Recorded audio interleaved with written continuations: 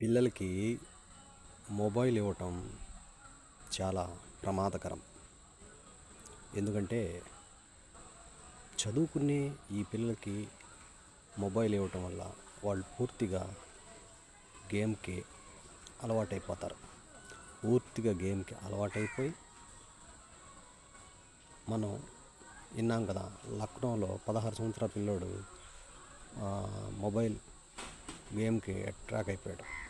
తల్లి మందలించినందుకు ఆ తల్లిని చంపేశాడు, విన్నాం కదా.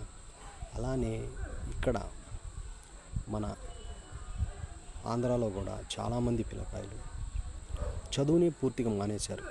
గేమ్కి పూర్తిగా అలవాటైపోయి చదువుని మానేసి తల్లిదండ్రుల మీద ఎదురు తిరిగి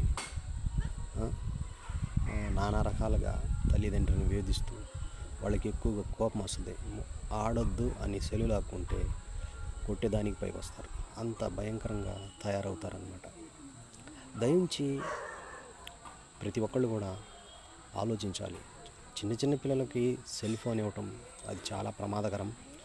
అదే అలవాటైపోయి కొంచెం పెద్ద అయిన తర్వాత 10 సంవత్సరాల తర్వాత ఇంకా తల్లిదండ్రికి ఎదురు తిరగటం అలవాటైపోద్ది. చూడండి, చాలామంది పిల్లలు చదువు పూర్తిగా మానేశారు. ఒక తండ్రి అయితే మందలించాడని ఎదురు తిరిగి తన ఫ్రెండ్స్ని 16 సంవత్సరాల పిల్లోడే తన ఫ్రెండ్స్ని నలుగురిని తీసుకొచ్చాడు తండ్రిపైకి. అంత భయంకరంగా తయారవుతారు. దయించి ప్రతి ఒక్కరు కూడా ఆలోచించాల్సిన విషయం ఏంటంటే, మన పిల్లోడు మనస్తత్వం, తన పద్ధతి ఈ సెల్ ఫోన్ చూస్తూ ఉండడం వల్ల ఎలా ఉందని ఆలోచించి మెల్లగా తెలివిగా మనం ఆలోచించి అతను సెల్ ఫోన్ నుంచి ఆ గేమ్ నుంచి మనం దూరం చేయగలిగితే పిల్లోడికి ఒక మంచి జీవితాన్ని ఇచ్చినవాడే అవుతాం.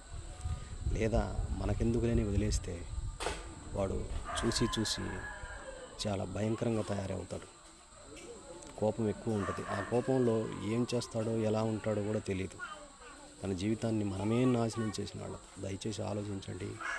ఆ గేమ్ నుంచి దూరం చేయడానికి ప్రయత్నించండి బ్రదర్.